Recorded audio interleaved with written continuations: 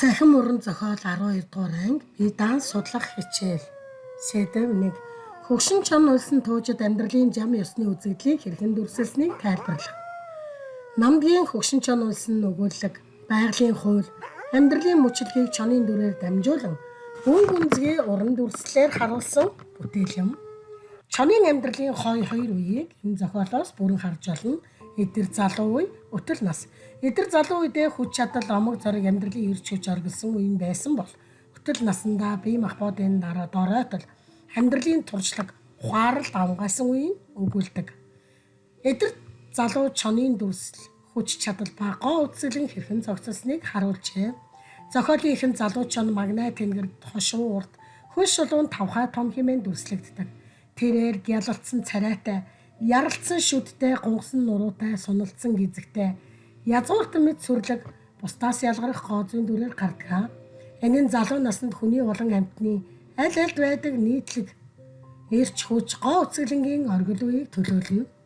Залуу насны омог, бардам байдал нь зоригтой, омглон, тулал даанч, хүсэл тэмүүлэл дүүрэн байна. Залууч нь олон чонын эсрэг ганцаараа тулалдаж ялалт байгуулан энэ нь байгалийн хатуу шалгуур боловч эр хүний буюу эр амьтны гаралтай анхдагч эр зориг тэргүүлэх чанар бидний шингэсэн удмын давуу талыг харуулна. Тэр энэхүү шалгуурыг давж өлөгчөнтэй хослон удмаан залгах бүрэн эрэхтэй болдог нь зохиолын маш чухал эргэлтийн цэг юм. Харин өтөл насны чонын дүрслэл нь нүдний гал буурсан, шүдний ир илэгдсэн, үс зулбан зүс зэгэл болсон, эцэж турсан гэж гарч байна. Энэ нь залуу наснаасаа эрс ялгаатай дүр зураг бөгөөд байгалийн хуулийг илтгэнэ. Харин хөгшин чон биеийн хүч дутагдах тусам ухаан туршилга нь улам тодордог. Тэр цаг агаарын өөрчлөлт, ан амьтдын хөдөлгөөн, аюул ослоос зайлсхийх арга зэргийг залуу чонноос хавьгүй илүү мэдэрч зөв шийдвэр гаргадаг. Зохиолд үзхийн эхийг үзэх завшаанда ухаархийн эхийг ухаарав хэмээн үгүүлсэн нь хөгшин чонын амьдралын гүн ухааныг илэрхийлж байна. Амьдралынх нь дээд цорилол ганцаардал байлаа. Хүч чадал нь буурсан, сүргээсээ холцсон, өтөлж байгаа жамыг хүлээн зөвшөөрөхөөс өөр аргагүй. Ганцаардлыг гоморхол бус байгалийн зам болгон хүлээж авч. Энэ нь хүний амьдралын сүүлчийн үетэй адил бэлэгдэл юм. Хэрвээ бие махбодын залуу болон хөгшин насыг харьцуулж үзвэл биеийн хүч нь залуудаа хурд хүч тэсвэр байсан бол ядамтгай буурсан болж өөрчлөгдөнө. Гадаа турах гунгсан гялалцсан сүрлэг байсан зэгэл уснуулсан сулдсан болж өөрчлөгдөж. Ангөрөө хийхин хувьд өндөр амжилттай чадварлаг байсан бол болгоомжтой хашир заримдаа нүд харахгүй алдах зэрэг аюултай болж ирж. Тэсвэр төвчээрийн хувьд залуу нас нь олон хоногийн гүйлтийг давж чаддаг байсан бол хөгшөрсөн хойно заавал түр амарч хит ачааллыг даахгүй болж хувирч байна. Энэ ялгаа нь амьдралын мөчлөг өгсөн бүхнээ эцэст нь буцаан авдаг байгалийн хуулийг илтгэнэ. Зохиолын бэлэгдэл болон утга санаа нь залуу насны хүч чадал, хүсэл мөрөөдөл, амьдралын төлөө хөрсөлдөө шалгуур, үүрэг хариуцлага бүгд явсан бол хөгшин наснд ухаарал, нам, хамгаалалтын төгсгөлийг хүсдэг ажээ. Чонын амьдралаар дамжуулан зохиолч хүний амьдралын мөн чанар, цаг хугацааны хатуу хуулийг гүн сэтгэмжтэй өгүүлсэн зохиол юм аа. Сэдэв 2. Хөгшин чон улсын туужийн дүрийн сэтгэл зүйг тодруулахад нөлөөлж байгаа дүрслэлийг үнэлж тайлан тайлбарлах. Утга зохиолд дүрийн сэтгэл зүйн ертөнц харилцаа нь бүтээлийн гол үзэл санааг тодорхойлдог.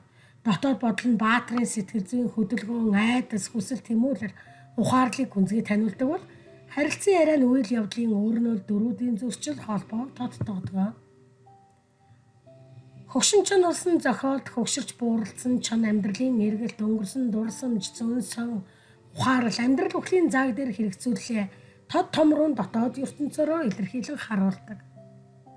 Түүний бүл доторх харилцаа нь амьтдын зам байдлын зураглал бус харин хүний нийгмийн хэв шинжид дүүцгүц гүн ухаалаг дүрслэл болжээ. Зохиолын сэдэв уран дүрслийн үндсийг авч үзвэл байгалийн хууль, байгальдах хүчний тэнцвэр, зүүн соёнгийн хуулиуд хэрхэн яаж нөлөөлж байгааг харж байна. Амьдралын үнц нь өнгөрсөн ба одоогийн холбоо, амь тавихын өмнөх ухаарал чамаар мөн өнгөрсөн ба одоо цагийн уялдааг зохиолд маш тод томрон дүрсэлсэн. Хөгшин чон өнгөрсөн үеийн иргэн санахта ловгийнхоо хувь заяаг давхар эргцүүлэн боддог. Гол дүр хөгшин чонын дотоод ертөнц. Бүтээлийн хамгийн чухал амжилт нь гол дүрийн дотоод бодлыг өрнөлтөй хослуулж хүний сэтгэл зүйн нууцыг хил гаргасан явдал юм аа.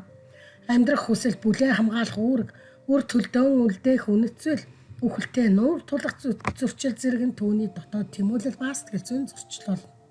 Залуу насны эрч хүчтэй үе, ан гөрөөний амжилт, хайртай эмэгчин чонтойгоо учирсан учрал нь түүний иргэн дурсгая. Харин байгаль орчлонгийн утга учирыг ойлгон хүлээн зөвшөөрөх нь амьдрал өхлийн заагдах ухаарал буюу философи юм. Гол дүрийн чаноос бусад дүрүүтэй харилцааг авч үзвэл хөгшин чонын бүл дотор орших харилцаа нь хүн нийгмийн бүтэцтэй төстэй олон давхаргатай. Залуу чоннууд хүүч, эрч хүч, шинжлэл, өрсөлдөөний бэлэгдэл залгамж халаан болдог бол эмэгчин чон бол ухаалаг шийдвэрийн гол шалтгаан сэтгэл зүйн түшиг тулгуур, хайр, зөн совин, сорилго болдог. Отхон охин бөгөөд түүний бэлтгэргүүд ирээдүйн амьдралын үргэлжлэл, амьдралын үндсэнийг ухааруулах алхам байна. Өлөгчин чонтой учирсан дүрийн харилцааны оргил хэсэг. Энэ үйл явдал нь гол дүрийн зан чанар, ухаан, зориг, хүч чадлыг тодруулах хэсэг юм. Эр чоннуудын өрсөлдөөн өлөгчин чонтой учрах үед байгалийн хууль амьдралын хатуу дүрмийг харуулдаг. Ханиан орж гэр бүлээ бүрдүүлэн бүл овгийнхоо тэргүүн болж байгаа нь залуу насны оргил үе нь бол. Үр төл амьдралын сорилт ба ухаарал, бэлтгэргүүдийнх нь өсөлт, амьдралын шин дугаар, итгэл найдвар. Хөгшин чон тэднийхэн төлөө тэмцэхдээ өөрийн зүн совин туршилгаа мэдэрдэг. Өлсөглөн, дайсан, амт ширүүн өвлөн дөрүүдийн харилцан хамаарлыг гүнзгийрүүлж зан чанарыг товойлгодог. Амьдралын төгсгөлийн мөчид хөгшин чон өөрийн оршин буйг байгалийн зам даатхан амьдралын мөн чанарыг хүлээн зөвшөөрөхөд хүрч байна. Зохиолдох дотоод монологийн үүрэг дүрийн сэтгэл зүйн нарийн хөдөлгөөнийг хил гаргаж өнгөрсөн одоо цагийг холбон дүрийн хөгжлийг задлан шинжилнэ. Харилцан ярианы тухайд эрх мэдлийн тэнцвэр, зөрчил, тэмцэл, уялдаа холбоог харуулж дүрүүдийг хүнлэг болгодог онцлогтой. Зохиолч байгалийн дүрслэлийг дүрийн дотоод хөдөлгөөнтэй нягт нарийн уялдуулжээ. Амьдралын мөчийг удирдлын өөрчлөлт бэлэгдэж, шуурах хүтэн уйлал дүрийн сэтгэл зүйн хүнд үеийг илэрхийлэн гаргасан. Харин ан гөрөөндөө амжилт байгуулж байгаа нь түүний урам зориг амьдрах хүсэлтэй шууд холбоотой аж. Дүгнэлт. Хөгшин чоноолсон зохиол нь дүрийн дотоод бодол, харилцан ярианы уран сайхны өндөр түвшинд хүрсэн бүтээл юм. Хүн төрлөختний амьдрал, үхэл, хайр, зөн совин, ухаарал зэрэг философийн асуудлуудыг хүндсэн. Энэхүү бүтээл нь дөөл мэт гунигтай атлаа, гэхийн ухаарал, амьдралын үнд цэнийг ухааруулсан гүн утгатай, туйлсын найруулгатай бүтээл болно.